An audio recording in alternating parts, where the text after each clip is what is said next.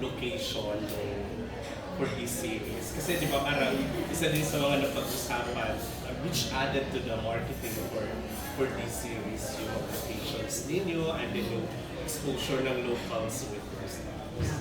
Well, first I have to give credit to our business unit head, si Des, kasi it's her vision na yung shows niya ay present ng new locations.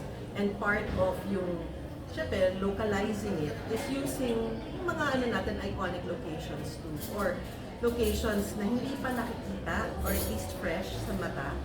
And naging decision was to shoot in the Visayas region. Kasi ang naging doon, primary, parang catalyst ng choice doon ay yung ancestral home. Na alam naman natin na sa Negros, maraming ancestral homes. And then ba doon sa kwento, isolated yung ancestral home. So we found the perfect location for it. And all else followed. Tapos naghanap talaga ng mga locations that will, be fitting for the scenes. Tapos nakakatuwa kasi kahit kami, bago rin sa amin yung mga lugar na yun. I mean, noon ko pa, narinig ko maganda sa Dumaguete, but I've never really been there. So finally, nung pumunta ako doon, sabi ko, napakaganda, and I'm just so excited for the viewers to experience, at least makita nila yung mga visuals or yung mga locations na bago na to. Na makita nila on a daily basis while the series is running, na ma-highlight at ma-showcase ang magagandang locations na ito.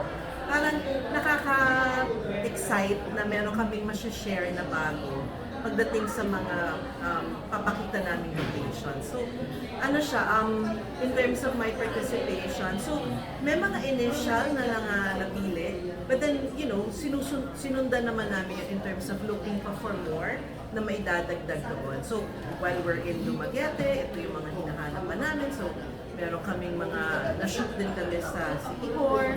Tapos we also, talagang sinuyod din namin yung area to show the best areas of the best spots.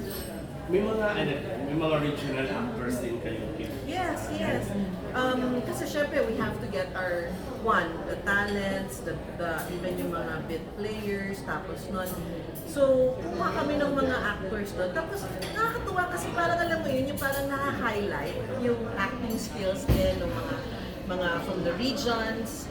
And then, malaki yung support ang binigay sa amin ng mga locations na pinuntahan namin. Kasi they're very excited na, syempre mapapakita yung lugar nila sa Negros Occidental and Negros Oriental.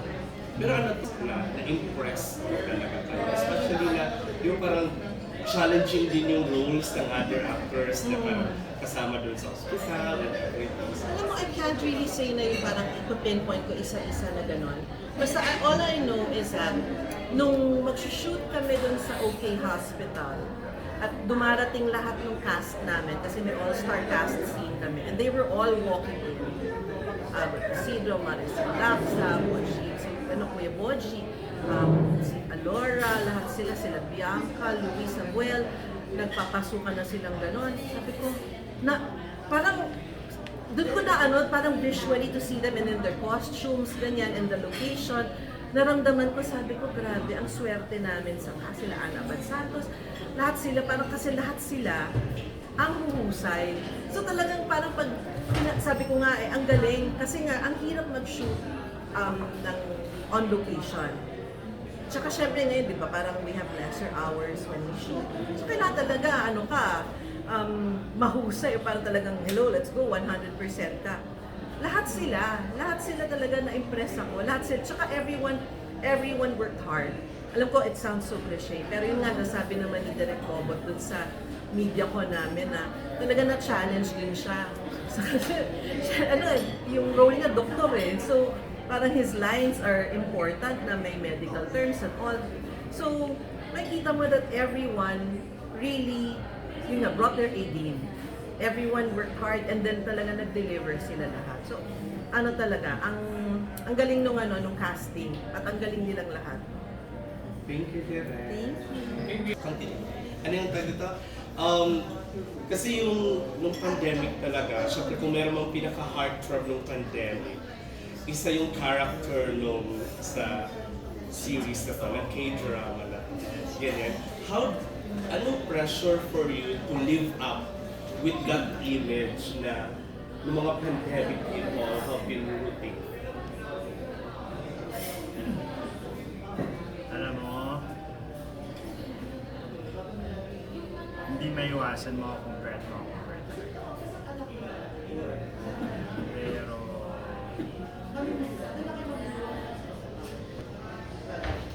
magkaiba kasi kami yung kung paano ginawa yung character. I think doon ko na lang po-position yung sarili ko. Di ba? Kasi hindi ko malalampasan or matapantayan yung pagkakabuo niya dun sa role niya. Pero I tried my best direct na gawin yung sarili ko kung paano ko gagawin si Patrick Gonzalez. Ayun. Pero syempre, hindi natin maiwasan ko compare talaga lalo pag nag-start. Good luck sa atin. Thank you, John. Sorry, pwede pong mga clips nyo ngayon, yung isa sa mga, I think, awaited scene. Ito yung sa locker na eksena. And I remember, kung hindi ako nagkakamala, during the cast reveal, ito yung na-mention mo rin, Joshua, na yung sa pa-abs na scene na gusto mong paghandaan. Sige ba natin yun? So, gusto ko lang itanong kung paano nyo naitawid yon yung scene na yon. Talaga bang nagpa-workout ka? Maraming push-ups. Ano ba?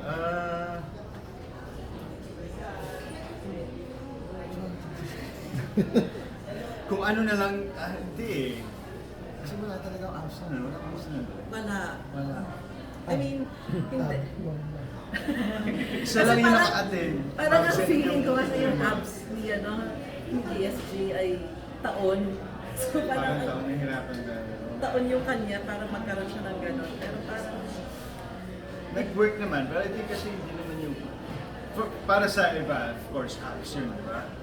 Like yung scene. Pero yung scene naman, iba naman yung sinabi. Iba Yeah. naman yung... yeah, yung point naman ng scene, it's not just the abs. So parang kumbaga, it's not all about the abs. Parang, Yeah.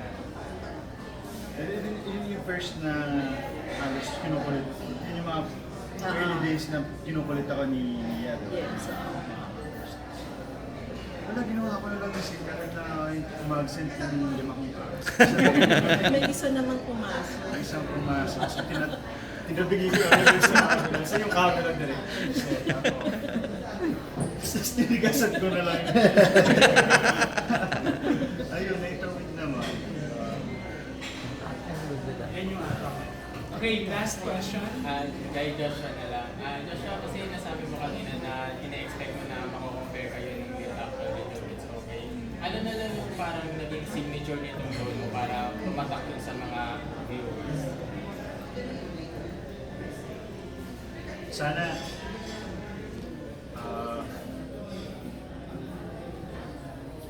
alam ko marami makaka-relate sa role ko kasi yung character ko is very heartbreaking. And tayo mga Pilipino, kilala tayo sa pagiging. So I think marami makaka-relate sa akin. Sana, well hindi lang ako, but for everyone, sana this show ay kasi this show is about healing, it's about pagpapatawad, diba? It's about love. So sana lang hindi lang sa character ko but for everyone sana ay malaki ang maging impact ng show namin sa lahat. And limit adaptation, meron po ba kayong tinarget na specific audience o para sa masa? No, it's for everyone. It's for everyone. To those who have seen it, meron kaming mga in-adjust na pinaalam dun sa creators. Just so hindi kumbaga maging as, parang kasi you can do a sheet, at panoorin mo na yung original para alam mo na yung kwento. So may mga tweak just so it's not going to be predictable. Just so you don't know exactly kung ano yung mangyayari. May mga adjustments na gano'n. for the new ones, syempre yung like what I said in the MediaCon, para kumbaga yung flavor niya mas Filipino. So that's why I would say it's for everybody. For the ones na hindi pa ito napanood, ano siya, parang may appeal din siya na makikita mo yung what makes our shows a hit, and kung ano yung may bago rin kami pinapresent, like the animation, yung mga ganon na visuals, new locations and all. So I think it's really for everyone. Paano niyo po direct na ipasok yung usapin ng mental health kung ang audience po natin ay yung masa, and karamihan po sa kanila parang hindi pa gaano open sa usapin na yun?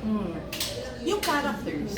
Kasi parang yung tsaka yung pinagdadaanan ng characters. Like, for example, yung may autism, meron tayo dung an example. Pwede pala silang functioning, pwede pala silang magtrabaho, hindi pala lahat, parang pag kunwari nababrand na sila na, ay, they can't function, they can't work. Hindi, pwede silang mag-function, they are talented, ganyan.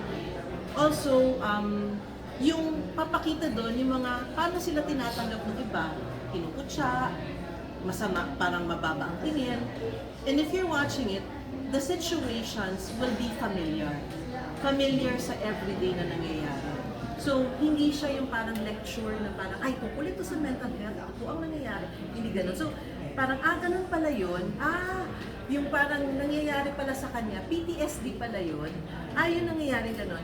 Pero hindi mo siya pinapaliwanag in a very intellectual way.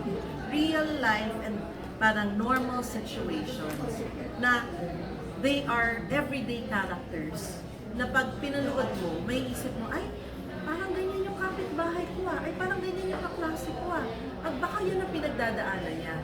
It's awareness that we are trying to show, and also empathy, tsaka yung parang magkaroon ka ng parang maintindihan mo at saka sana parang mas may compassion.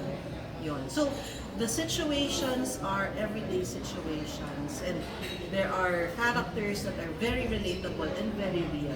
Hindi sila yung parang, ay, bago or parang ganyan.